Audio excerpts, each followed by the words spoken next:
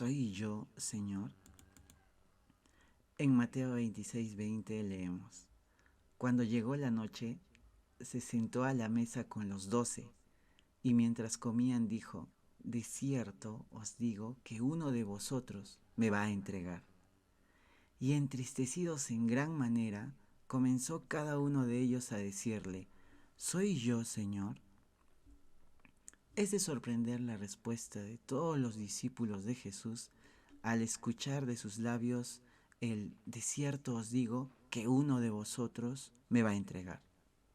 Pues es de esperar que, si en este tiempo encontraríamos buenas personas, rectas y justas, serían ellas, es decir, sus discípulos, pues están siendo guiados y enseñados nada más ni nada menos que por el Rey de Reyes y Señor de Señores.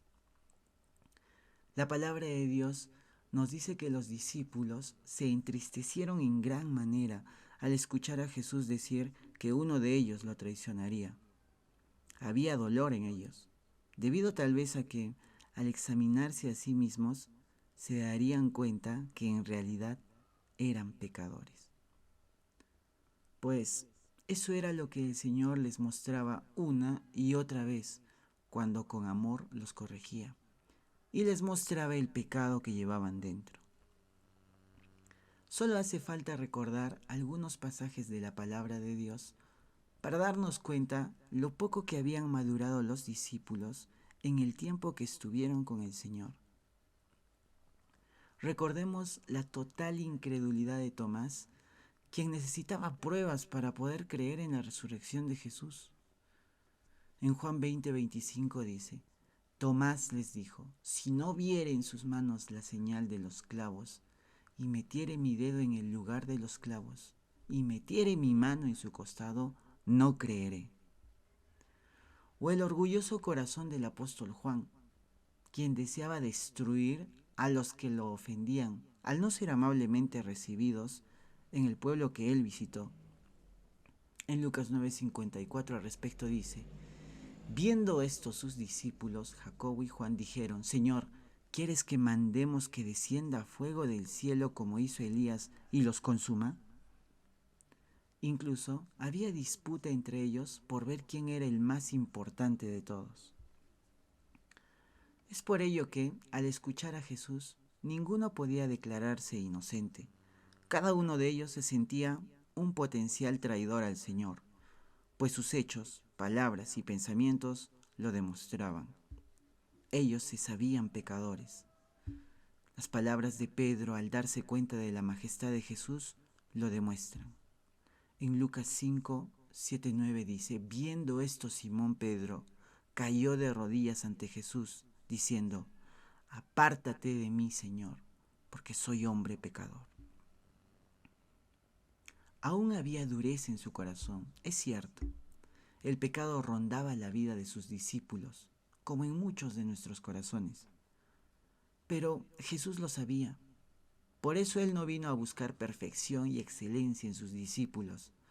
Él vino, como nos dice en su palabra, por lo necio y vil de este mundo, por aquellos que se encontraban enfermos, corrompidos por el pecado. Vino como un amoroso doctor, con la cura para nuestra terrible e irremediable enfermedad. Pero para poder recibir la cura del mal del pecado que nos aqueja, es necesaria la culpa, el dolor y vergüenza por el pecado que llevamos dentro. Tal cual como Pedro, quien, a pesar de asegurarle a Jesús que no le negaría ni traicionaría jamás, al final de cuentas lo hizo. La respuesta de Pedro es la que nos da luces de cómo hemos de sentirnos por fallarle a Jesús. En Lucas 22:62 leemos: Y Pedro, saliendo afuera, lloró amargamente. Pedro lloró, sintió dolor por fallarle a Dios. Y es que, ¿cómo podríamos fallarle a un Dios tan amoroso como el nuestro? Dios nos dice en su palabra, en Jeremías 31:3: Con amor eterno te he amado, por tanto te prolongué mi misericordia. Pero nosotros olvidamos ese abrumador amor, olvidamos la paz que Él nos transmite y pecamos.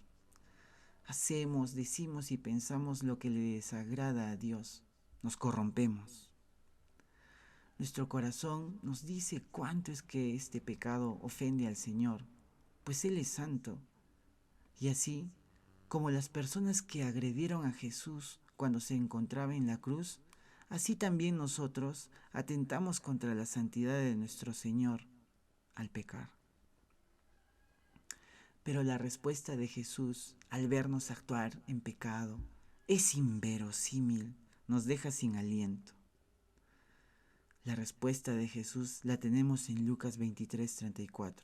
Y Jesús decía: Padre, perdónalos, porque no saben lo que hacen. Y es que, honestamente, no sabemos lo que hacemos. No sabemos cuánto daño nos produce el pecado. No sabemos cuánto es que nos aleja de Dios, cuánto nos separa de Él y no nos permite disfrutar de su paz y de su amor infinitos. Nos conformamos con la falsa felicidad que nos produce el pecado y despreciamos las promesas del Señor por no querer esperar ni confiar en Él. Pero Jesús, a pesar de nuestra arrogancia, siempre intercederá por nosotros, siempre mostrará su amor y afecto por cada uno. Su muerte en la cruz, en paga por nuestros pecados, es sin duda la mayor prueba del sincero amor que tiene para entregarnos. No olvidemos que no hay forma que lleguemos a la presencia de Dios por cuenta propia, porque simplemente no podemos.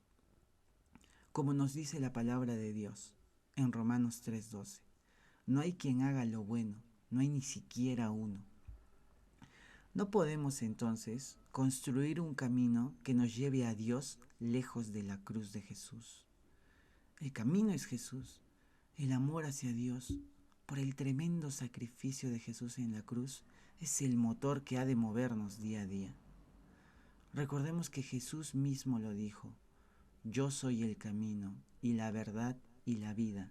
Nadie viene al Padre sino por mí. Pero el amor que nos lleva a Jesús y a Dios ha de ser sincero, desinteresado. Recordemos las palabras de Pedro al hablar con Jesús luego de traicionarlo al negar conocerlo. Le dijo Jesús la tercera vez: Simón, hijo de Jonás, ¿me amas? Pedro se entristeció de que le dijese la tercera vez: ¿me amas? Y le respondió: Señor, tú lo sabes todo, tú sabes que te amo. Pedro se entristeció porque sabía que sus actos no tenían relación con lo que sentía en el fondo de su corazón por Jesús, pero le amaba. Pedro amaba a Jesús, aún con la vergüenza y el dolor de saberse pecador delante de su presencia. Muy por el contrario de Judas, quien, como nos dice en la palabra de Dios, solo el interés, conveniencia y oportunismo es lo que lo atrajo hacia Cristo. Hemos de tener mucho cuidado de esto último.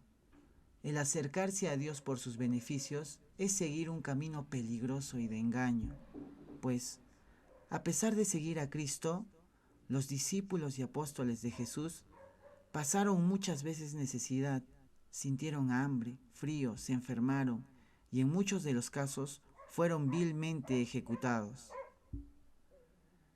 Y es que lo que nos ofrece y promete Jesús es más grande que los placeres y bienes terrenales, pues como nos dice Él mismo, y el mundo pasa y sus deseos, pero el que hace la voluntad de Dios permanece para siempre.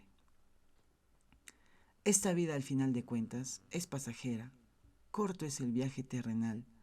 Por eso Jesús nos ofrece, si creemos en Él, perdón de pecados y vida eterna a su lado.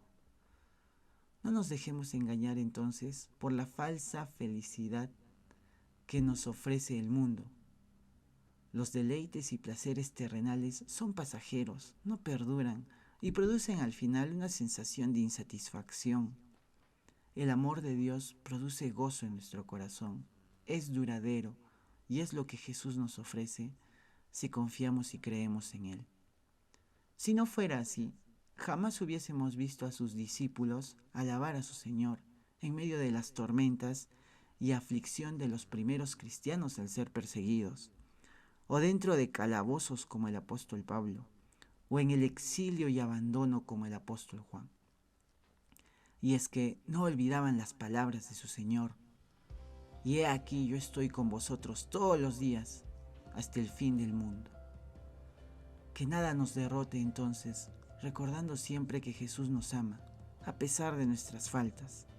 Así que, si reconocemos delante del Señor el pecado que llevamos dentro, Él estará dispuesto a perdonarnos y restaurarnos, pues nada le hace más feliz que ver a uno de los suyos vuelto al rebaño.